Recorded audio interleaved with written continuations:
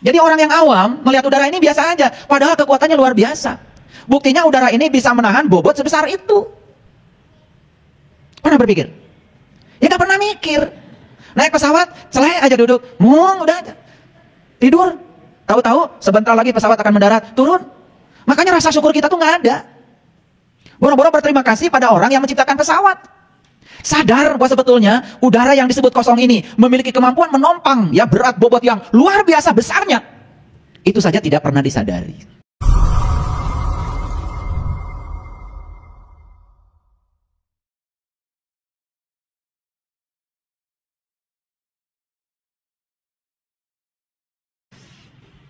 Di kelas spiritual, di kelas kesadaran,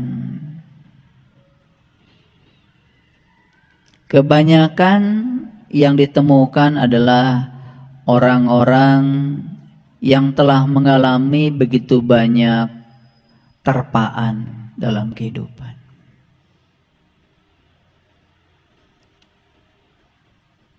Orang-orang yang mungkin sudah mengalami begitu banyak tantangan, berbagai kesulitan dalam kehidupan. Jarang di kelas spiritual mereka yang sedang menjabat. Jarang di kelas spiritual mereka yang sedang berada di puncak karir. Jarang di kelas spiritual mereka yang sedang segar bugar, lagi cantik-cantiknya, lagi ganteng-gantengnya. Jarang. Sudah jatuh sakit, berbagai macam penyakit, baru masuk kelas spiritual. Diterpa oleh berbagai macam hantaman ekonomi, sampai jatuh sejatuh-jatuhnya. Rumah hilang, sawah harus terjual, ladang harus lepas, tabungan juga di bank tidak ada lagi. Bahkan hampir nyaris rumah pun tidak miliki lagi. Biasanya baru masuk kelas spiritual. Kebanyakan maksud saya. Kalau yang ada di sini sih saya kira nggak beda.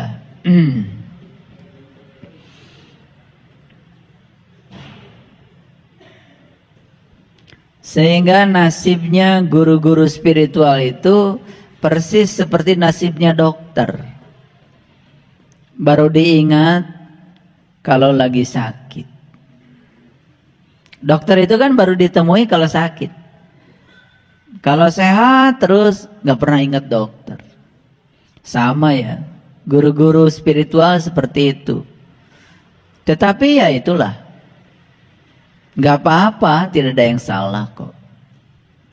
Orang suci hari ini mungkin juga pernah punya masa lalu. Orang jahat hari ini mungkin juga masih punya masa depan. Tidak ada yang buruk sebetulnya. Semua baik-baik saja.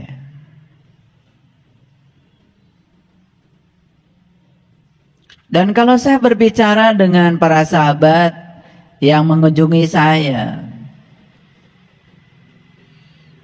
walaupun perjalanan hidupnya berbeda, tapi kira-kira secara global ceritanya sama. Ada yang diterpa dengan masalah keluarga,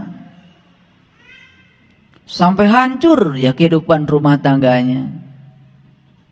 Ada yang diterpa masalah bisnis, sampai hancur seluruh kehidupannya. Ada yang diterpa masalah kesehatan, sampai mengalami komplikasi yang sedalam-dalamnya. Itulah. Tetapi rumusnya sederhana. Semua kebaikan itu ternyata dilahirkan oleh sesuatu yang kita sebut keburukan. Jadi sesuatu yang kita sebut buruk itulah sebetulnya yang telah berjasa menghasilkan sesuatu yang dalam tanda kutip oleh kita disebut baik. Saya terpaksa menggunakan istilah ini dulu. Ada kebaikan, ada keburukan. Padahal sebetulnya dua-duanya juga tidak ada. Karena dua-duanya adalah sisi-sisi kebenaran. Hal yang harus dilalui dan dilampaui oleh kebanyakan orang. Dan oleh karena itu, kajian pagi ini saya akan memulai dengan belajar dari bunga teratai yang indah. Kenapa saya menampilkan gambar bunga teratai? Saya khawatir saja di ruangan ini ada yang belum pernah lihat. Saking sibuknya di dapur, saking sibuknya di kamar, saking sibuknya ya di pekerjaan, sampai setua itu belum pernah melihat bunga teratai. Jadi makanya saya tampilkan bunga teratainya supaya kalau saya bicara nyambung. Silakan lihat dulu bunga teratai yang indah ini. Indah nggak bunga ini? Apa yang bisa dikatakan dari bunga ini?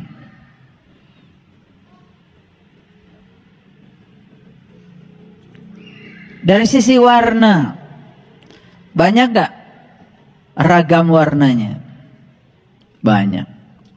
Dari sisi kelopak, banyak gak kelopaknya? Banyak.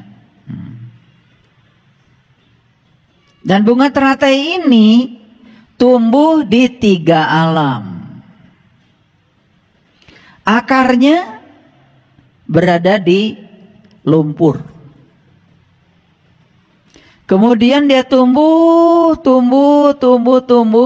harus melewati rintangan yang berat, menembus air dengan tekanan hidrostatik yang luar biasa. Jadi tekanan hidrostatik air itu sangat luar biasa. Udara di sekitar kita ini, tekanan atmosfernya, kalau di Bandung ya, rata-rata 69 cm raksa, mendekati 1 atmosfer. Di Eropa sana itu bahkan mendekati 1 atmosfer, sekitar 76 cm raksa. 1 atmosfer itu setara dengan 100.000 Newton per meter persegi. Itu 1 atmosfer.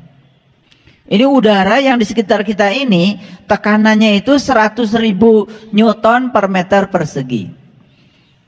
Gak terbayang kan? Nah, supaya terbayang, 1 Newton itu kira-kira 1 apel Malang yang 1 kilonya 10 biji. Kebayang ya? Nah, supaya kebayang, saya kalau ngajar di depan mahasiswa begitu. Apel Malang 1 kilonya 10. Berarti 1 butir apel itu 1 ons. 1 ons itu sama dengan 100 gram. 100 gram sama dengan 0,1 kilogram. Nah, karena ada percepatan gravitasi bumi sebesar 10 meter per sekon kuadrat, maka 0,1 dikali dengan 10 jadi 1. Itu namanya 1 Newton. Jadi kalau sudah pakai Newton, itu sudah berat, itu bukan massa lagi. Karena sudah melibatkan ya gravitasi bumi.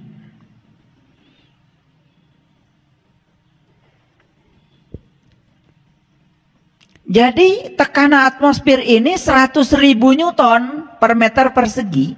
Artinya apa? Artinya untuk setiap 1 meter persegi luas ada berat sebesar 100.000 butir apel Malang yang 1 kilonya 10 biji. Terbayang ya? Nah, sekarang kalau kulit kita ini direbahkan nih, dibuka nih. Kalau saya kepada mahasiswa biasanya ada tugas mengukur luas permukaan tubuh. Jadi kalau tidak terbayang mengukur luas permukaan tubuh, gampang. Kalian kalau bikin baju tuh, baju jilbab, berapa meter itu satu orang rata-rata? Berapa? 3 meter kan? Saya kalau bikin kemeja yang seperti ini nih, kemeja saya, ini adalah 1,5 meter. Kalau saya bikin celana panjang, itu 1,20 meter. Ya kira-kira 1,5 meter. Jadi total kain yang sedang dikenakan oleh saya sekarang ini 3 meter persegi. 1 meter persegi ada tekanan 100.000 Newton. Berarti kalau 3 meter persegi, luas permukaan tubuh saya 3 meter persegi, berarti 3 kali 100.000 Newton. 300.000 Newton. Tubuh saya mengalami tekanan udara. Makanya jangan heran ya, jangan heran. Kalau ketika kita sudah tua, kadar air dalam tubuh mulai berkurang, maka ini kan ke dalam. Ini ke dalam. Sama. Kenapa kalau sudah tua peot? Nah, peot itu sederhana. Tekanan atmosfer di luar tetap, sementara tekanan tubuh kita di dalam berkurang. Akibat apa? Akibat kadar air dalam tubuh sudah mulai berkurang. Yang gitu aja kadang-kadang nggak ngerti. Jadi kalau saya tanya, apa artinya peot? Nah, peot itu begitu.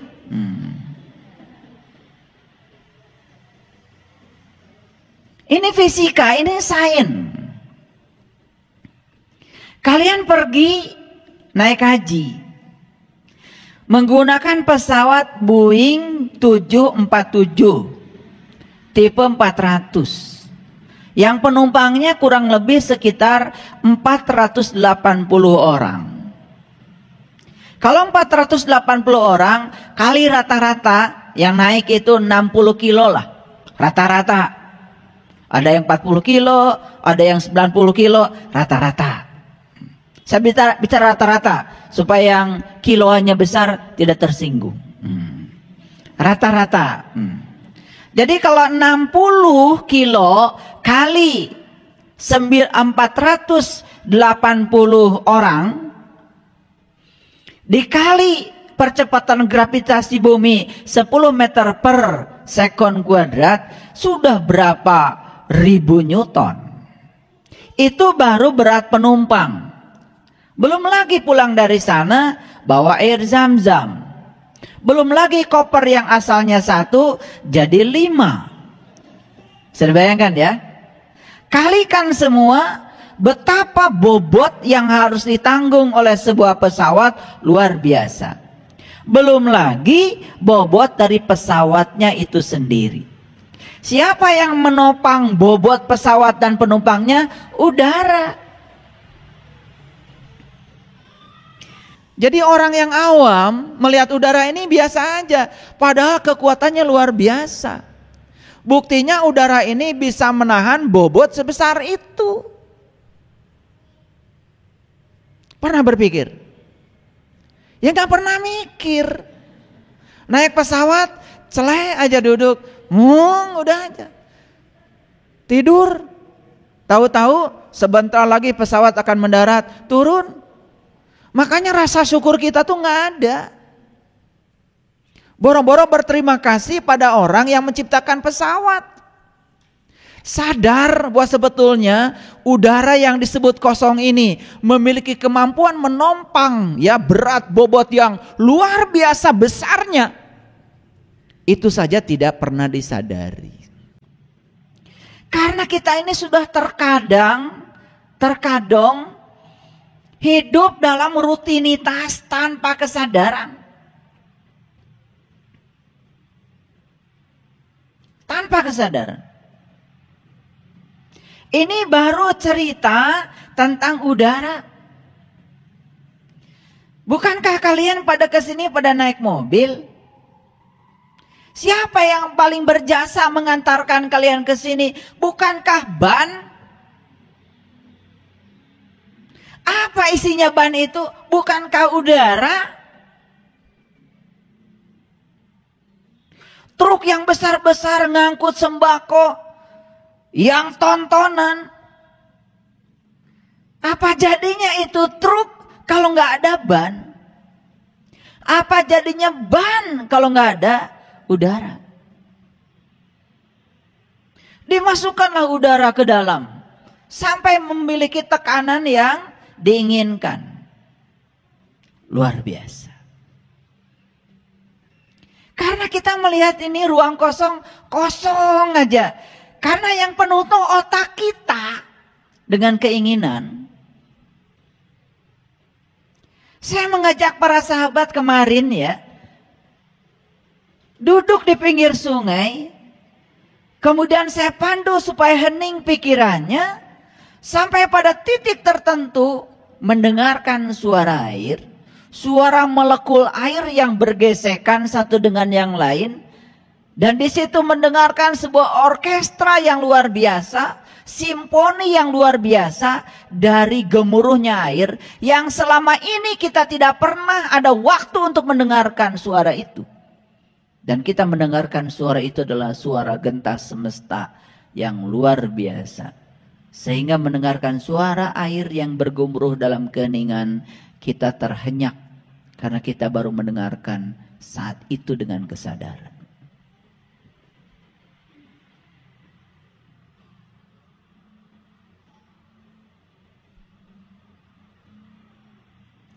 Apa yang dimaksud dengan air mendidih?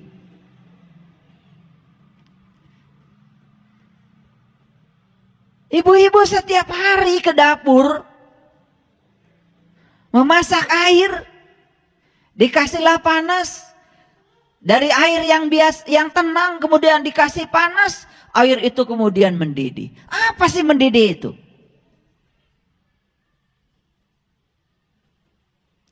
Gak pernah tanya.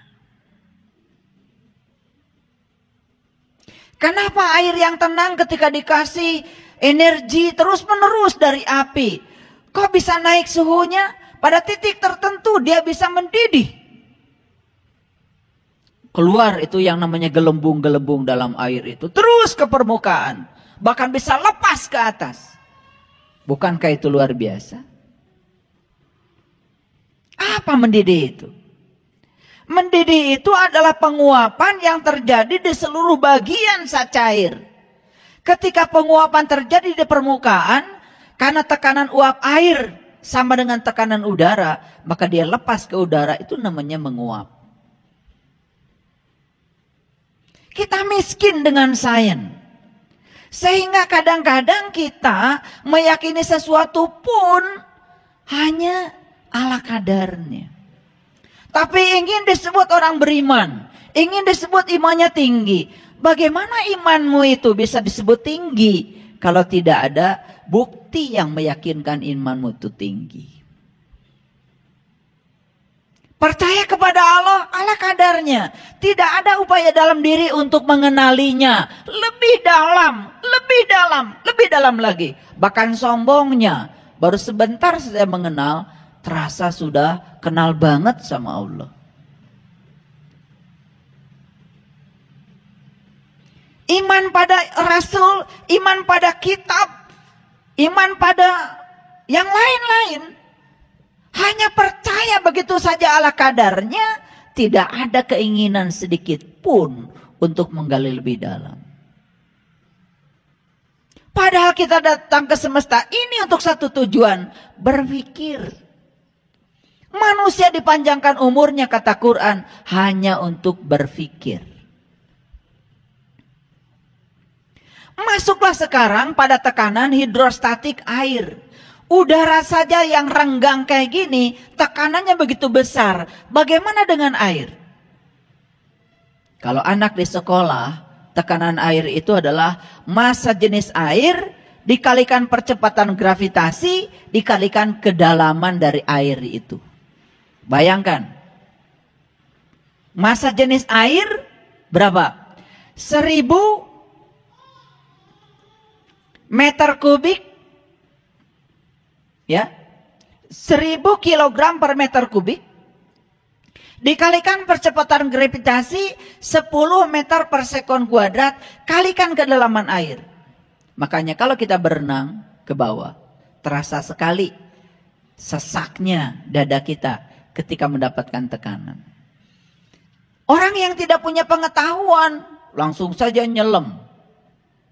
Karena tidak punya pengetahuan. Bagaimana kalau tekanan kita, tekanan tubuh kita lebih kecil daripada tekanan air? Pecah tuh jantungmu. Itulah pentingnya pengetahuan. Nah, sekarang kita bicara ada satu benih teratai jatuh di lumpur, kemudian dia tumbuh di lumpur, dan kemudian dia berjuang untuk tumbuh melewati sekian sentimeter, sekian meter kedalaman air dengan tekanan hidrostatik yang sangat luar biasa, sehingga dia bisa muncul ke permukaan, muncul ke udara, lalu mencapai cahaya. Jadi 3 alam yang harus dilalui: lumpur, air, udara, cahaya.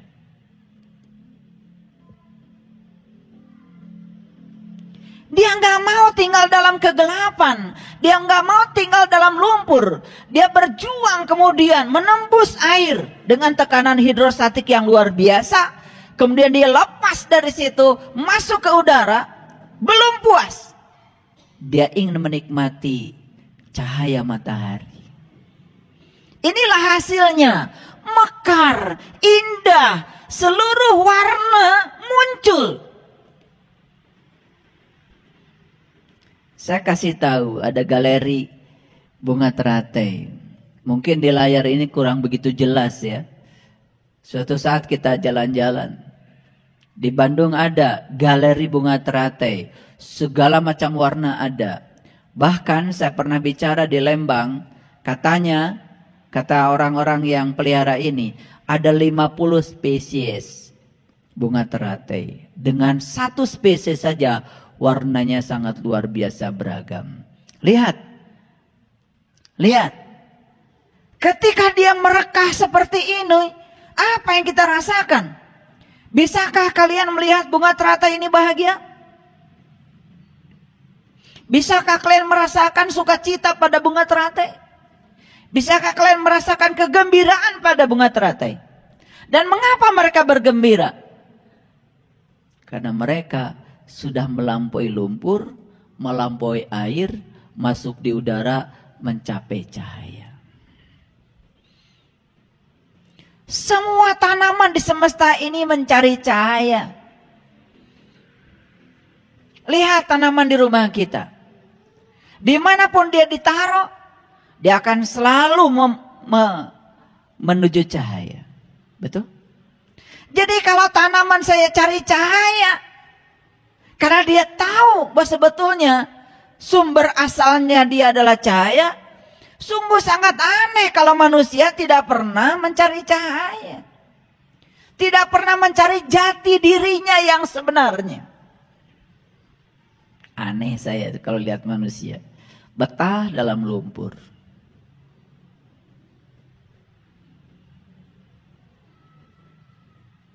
Lumpur itu lambang dari kotoran. Lumpur itu lambang dari penderitaan. Benih teratai saja hanya menjadikan lumpur itu sebagai titik awal pijakan. Tidak tinggal di situ. Dalam kehidupan, mungkin saja kita harus jatuh di lumpur. Saya cerita tadi. Ada yang rumah tangganya hancur berantakan, lumpur. Ada yang bisnisnya jatuh berantakan sampai gak punya apa-apa, lumpur. Ada yang kelilit utang macam-macam, lumpur. Sayangnya manusia itu betah di lumpur. Tidak dijadikan itu sebagai titik awal, titik pijakan. Kalau yang sadar, lihat bunga teratai ini.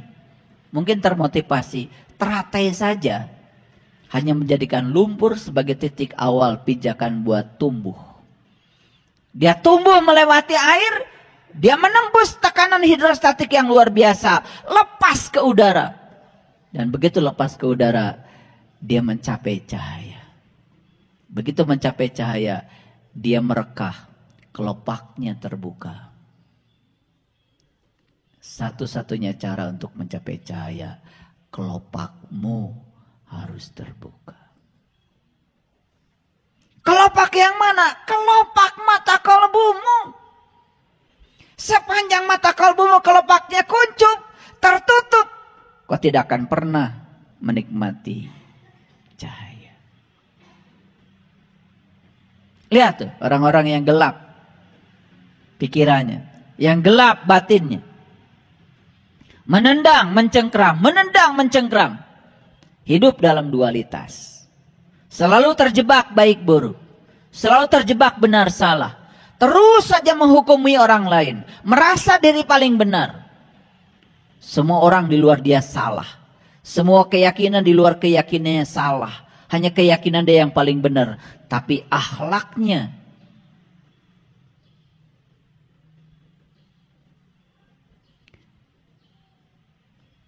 mengerikan. Indikator keyakinanmu baik adalah akhlakmu.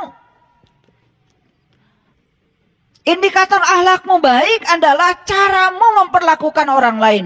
Kalau kalian sudah bisa memperlakukan orang lain seperti kalian memperlakukan dirimu sendiri, baru akhlakmu keren. Buat diri sendiri paling banyak, buat orang lain sedikit saja. Buat diri sendiri paling bagus, buat orang lain gak peduli. Ketika antri makan, karena makanan banyak, buat diri sendiri ngambil banyak. Gak peduli di belakang kita berapa banyak mulut yang masih menganga yang perlu makanan. Itulah orang yang egois. Tidak punya perasaan. Para sahabat, kenapa hari ini saya ingin bicara ini? Bicara bunga teratai, bicara bunga lotus. Karena ini adalah simbol dari pencerahan. Simbol dari perjalanan spiritual. Simbol kesucian. Simbol kelahiran kembali. Simbol manusia-manusia yang sudah mencapai kesadaran. Saya doakan kalian semua seperti bunga teratai. Seperti bunga lotus. Di ruang dan waktunya, kuncupmu akan terbuka. Kelopak-kelopakmu akan terbuka. Dan kemudian keluarlah bunga yang indah. Sedap dipandang. Penuh sukacita. Penuh kegembiraan.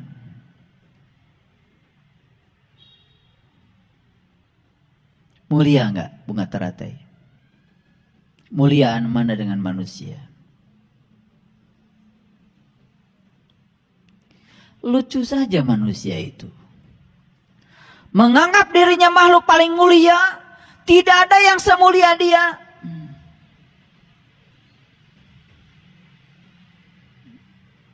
Wajahnya menakutkan. Tatapannya penuh curiga. Tidak ada persahabatan. Keserakahannya luar biasa. Tidak ada keindahannya. Senyumnya penuh kepura-puraan. Kalau berbuat baik, itu pun karena ingin dibilang baik oleh lingkungan. Wajahnya bertopeng. Wajah aslinya nggak kelihatan lagi. Betul? Banyak gak manusia model kayak gitu? Tapi masih menganggap dirinya adalah makhluk yang paling mulia. Gak tahu diri.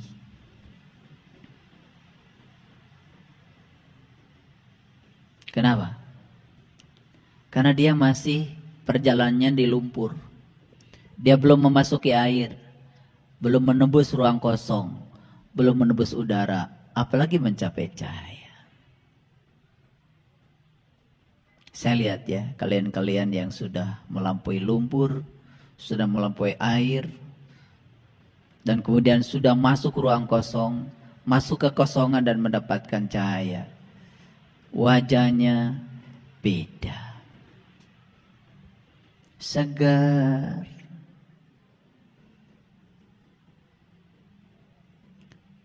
Dan yang masih tinggal di lumpur, wajahnya kayak uka-uka. Gelap gulita mengerikan. Kegores dikit aja binatangnya keluar.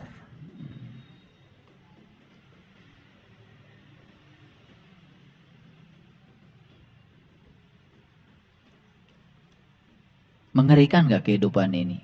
Kalau semua manusia begitu. Semua tinggal dalam lumpur. Di lumpur tuh cuma ada cacing, bau. Tuh. Yuk kita belajar dari bunga teratai. Saya yakinkan para sahabat, tidak ada yang buruk dalam hidupmu. Seburuk apapun kehidupan kita di masa lalu atau masa sekarang, kita masih punya harapan untuk mencapai cahaya. Asal kita sadar bahwa sebetulnya lumpur itu adalah cinta kasih. Lumpur itu adalah tempat kita berpijak. Lumpur itu adalah titik awal supaya kita menyadari. Asal jangan tertimbun dalam lumpur. Masih ada harapan untuk mencapai air. Masih ada harapan untuk menembus ruang kosong yang namanya udara. Masih ada harapan untuk mencapai matahari. Masih ada harapan. Tidak ada kata terlambat. Asal mau memulai. Do. Just do. Mulailah. Mulailah sekarang juga. Jangan takut tersesat. Orang yang tidak takut tersesat tidak akan pernah tersesat. Orang yang akan tersesat selamanya hanya mereka yang tidak berani tersesat. Yang tidak berani tersesat selamanya tinggal saja dalam zona nyaman. Tinggal di rumahnya, gak tahu apa-apa. Makanya ditanya oleh saya, tahu gak bunga teratai? Nu mana tante?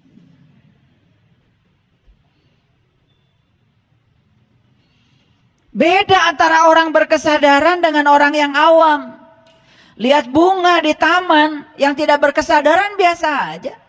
Lihat air mengalir yang tidak berkesadaran biasa saja. Saya lihat kemarin banyak sekali orang di tempat rekreasi di pinggir sungai. Malah mengotori sungai. Buang air, bekas air mineral sembarangan. Masak-memasak di situ pakai tenda. Dan setelah itu kemudian makan-makan dan ditinggalkan tempat itu dalam keadaan kotor. Padahal pesan leluhur kita, memayu hayuning bawon. Manusia itu harusnya menjadi pelopor yang bisa membantu semesta ini menjadi tambah cantik. Semesta yang sudah cantik harusnya dipercantik. Tempat rekreasi yang tadinya anggun, bersih, cantik, sekarang di mana-mana sudah kotor. Pantai-pantai yang dulunya anggun, cantik, bersih, sekarang sudah kotor. Cantik, anggun, bersih, itu sifat alami alam. Tidak usah dicari. Makanya kalau kita nyapu, tidak pernah mencari yang bersih. Kita nyapu mencari yang kotor. Yang kotornya dibuang, sisanya bersih. Karena bersih itu sifat alami. Makanya ngaji jangan cari yang benar. Itu yang membuat kalian selama ini gak benar-benar. Ngaji itu cari yang salah. Karena yang benar tidak usah dicari. Benar itu sifat alami. Cari yang salah. Salah cara berpikir, buang. Salah cara bertindak, buang. Salah cara ngomong, buang. Ketika dibuangin yang salah-salah, loh, kok sisanya benar. Makanya kenapa ngaji nggak maju-maju? Habis cari yang benar, cari yang salah kalau ngaji. Karena tujuan ngajinya udah kebalik, ya sudah, hasilnya juga kebolak.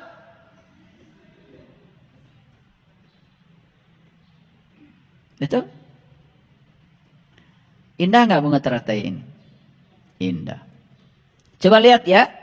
Ada warna ungu, ada warna merah, ada kuningnya di tengah. Betul? Ada warna hijaunya. Betul? Bisa kasih tahu. Saya ucapkan selamat dulu deh buat kalian yang sudah bisa melihat bunga teratai dalam dirimu.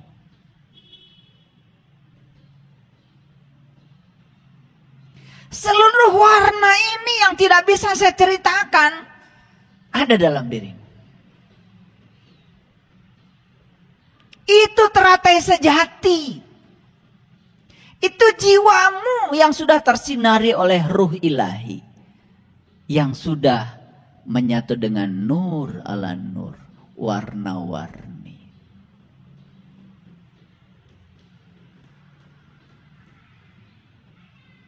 Masuklah negeri itu sesuka hatimu. Santaplah semua yang ada di dalamnya.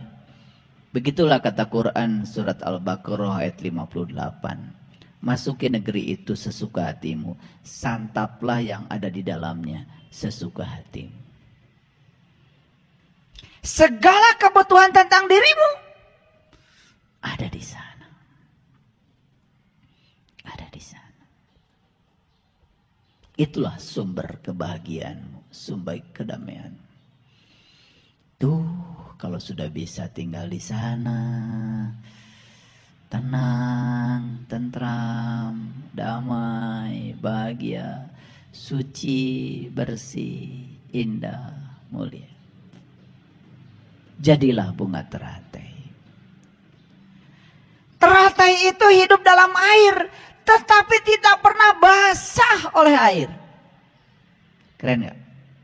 Hidup di air, tapi gak pernah basah oleh air.